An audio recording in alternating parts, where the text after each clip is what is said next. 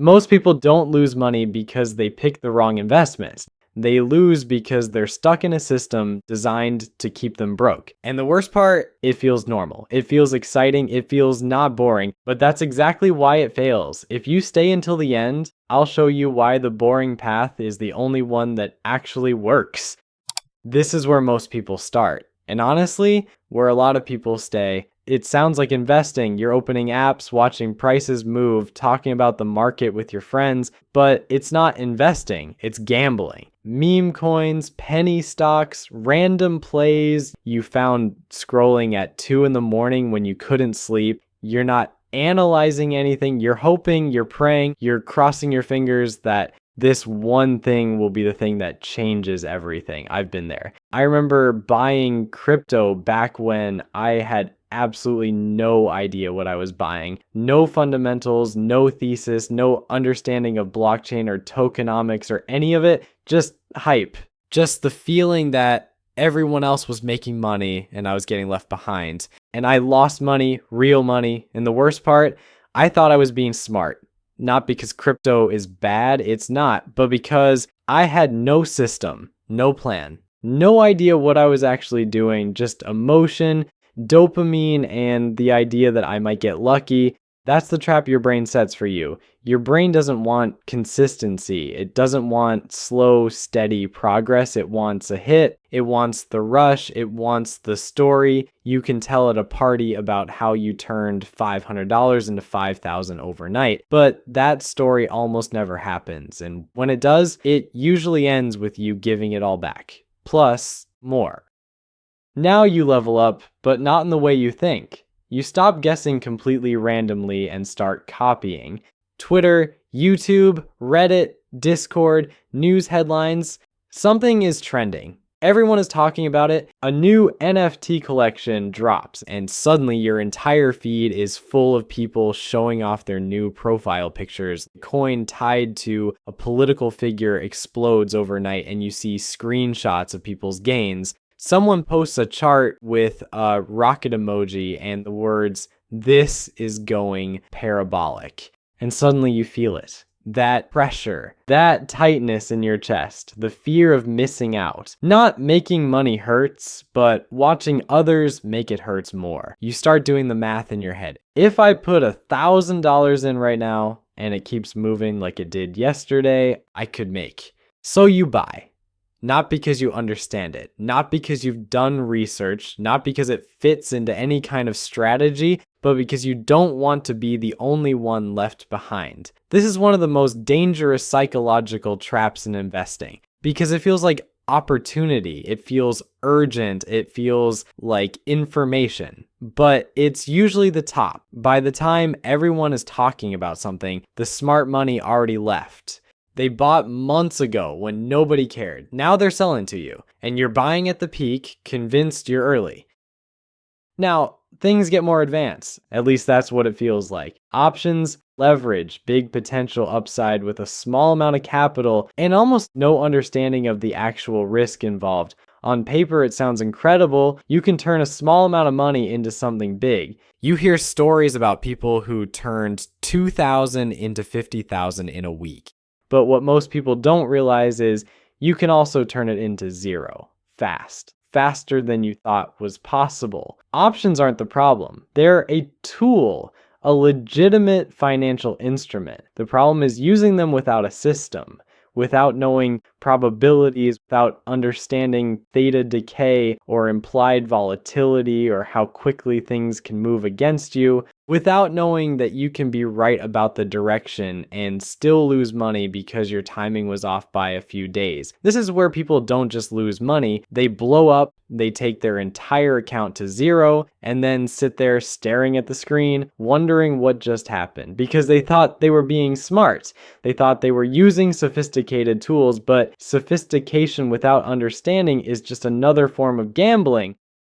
At this level, you think you're being smart. You're active, you're engaged, you're watching the market every single day, buying, selling, adjusting your positions. You feel like a real investor now, like you're in the game. But in reality, you're reacting. Every move feels urgent. Every dip feels dangerous. Every spike feels like an opportunity you might miss if you don't act right now. So you act again and again and again. Day trading, checking charts all day at work, looking at your phone during dinner, setting price alerts that wake you up at 3 in the morning. You're obsessed with every small movement. Up 2%, maybe I should take profits. Down 3%, maybe I should cut my losses. Some new headline drops, maybe I should rotate into something else. But here's the truth. Most people at this level don't want to hear. The more you move, the more you lose.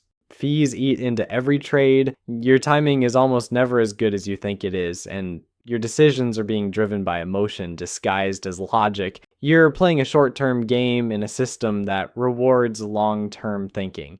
And the market, it doesn't care how busy you are. It doesn't reward activity, it rewards patience. Now you slow down a bit. You start thinking bigger picture. You start believing in companies, but not because of the numbers, not because of cash flow or profit margins or competitive advantages, because of the story. This company is going to change everything. This is the future. This CEO is a genius, and maybe they are. Maybe the story is real. But great stories don't always make great investments. Tesla had an incredible story for years before the stock actually delivered returns. The Amazon story was obvious in the late 90s, but the stock still crashed 80% and took years to recover.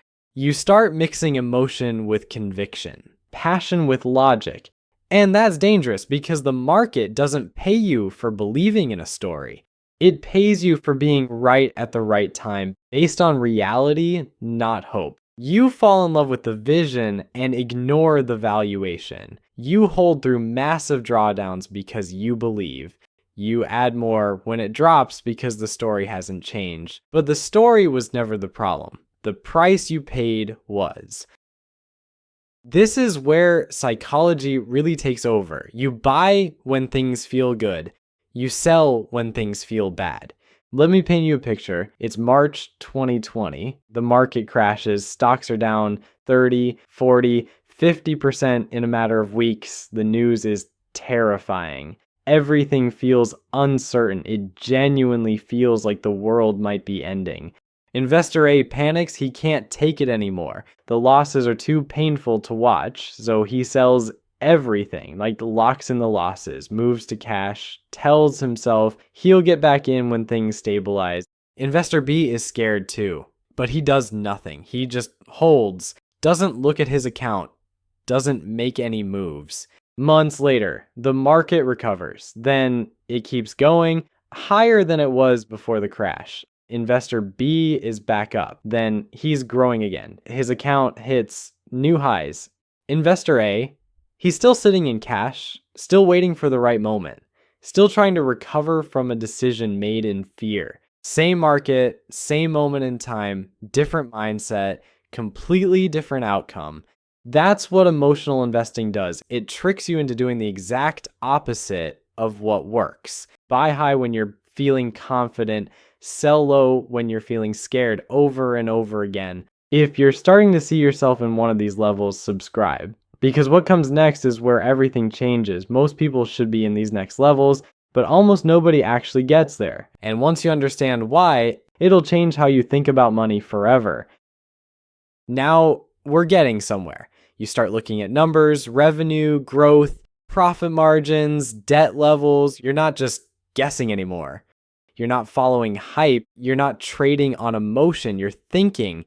You're doing research, you're reading earnings reports, you're comparing companies, you're building a thesis. This is real investing, but it's still limited because picking individual stocks requires time, knowledge, and consistency most people don't have. You're competing against professionals who do this 80 hours a week with teams of analysts and access to information you'll never see. And even if you're good at it, you're still exposed. One bad quarter, one scandal, one competitor you didn't see coming. Your entire position can get cut in half while the rest of the market keeps going up. You're improving, you're learning, you're thinking like an investor, but you're still taking on more risk than you probably need to. This is where things start to get stable. You stop trying to beat the market and start working with it. ETFs, index funds, diversification, spreading risk across dozens or hundreds of companies instead of betting everything on 5. Instead of trying to pick the next Apple, you own a piece of Apple, Microsoft, Google, Amazon, and 200 other companies all at once. Your results become more consistent. Less exciting? Yeah, absolutely, but more reliable. This is where most people should be, but most never get here because it feels too slow, too predictable, too boring. There's no story to tell, no big win to brag about, just steady, consistent growth over time. But here's what diversification actually does. It protects you from being wrong because you will be wrong. Everyone is. Even the best investors in the world are wrong all the time. But when you're diversified, being wrong about one company doesn't kill you. The winners carry the losers. The portfolio keeps growing. You're not trying to hit a home run anymore. You're trying to stay in the game long enough for compounding to do its thing. And most people quit right here because nothing exciting is happening.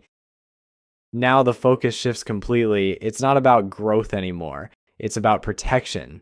Things like US Treasury bonds, money market funds, high-grade corporate debt, stable, backed, predictable. You're not trying to win big. You're trying not to lose. And that might sound weak. It might sound like you're giving up. But it's actually a powerful mindset shift because once you stop losing, you start building. Once you stop taking unnecessary risks, you start preserving what you've already made. This is where people who already have wealth go, not because they're scared, but because they understand that protecting capital is just as important as growing it. Maybe more important. You don't need to double your money if you're already where you want to be. You just need to not lose it. This is the level almost nobody talks about properly because it's not exciting, it's not fast, it's not sexy, it's systems consistently investing into broad markets like the S&P 500 every month, every paycheck, whether the market is up or down, whether the news is good or bad. No timing, no emotional decisions, no chasing the hot stock or the trending sector, just discipline over and over and over again. And here's the truth most people don't want to hear. The boring plan beats the excited plan every single time because wealth isn't built in moments. It's built in systems. It's built by showing up when it's not exciting, when nobody's talking about the market, when there's no hype and no fear, just nothing. That's when real investors keep going. They don't need the market to be interesting. They just need it to exist. And over 10, 20, 30 years, that boring, consistent, automatic system builds more wealth than almost any other strategy, not because it's smart, but because it removes you from the equation. And that's the point, because you are the biggest risk to your own money. It removes your ego, your fear, your greed, your impatience. It removes all the psychological traps that destroy most investors, and it just works. So now you've seen it. 10 levels, 10 mindsets, 10 outcomes. Maybe you notice something. It's not about the investment itself, but the system behind it. Behavior, discipline, staying calm when everyone else panics. If you want to go deeper, watch the next video on your screen. Don't start investing in 2026 until you understand this mistake. Because if you get that wrong, nothing else matters. Missing that mistake can cost you years. And remember, do the boring stuff. It works.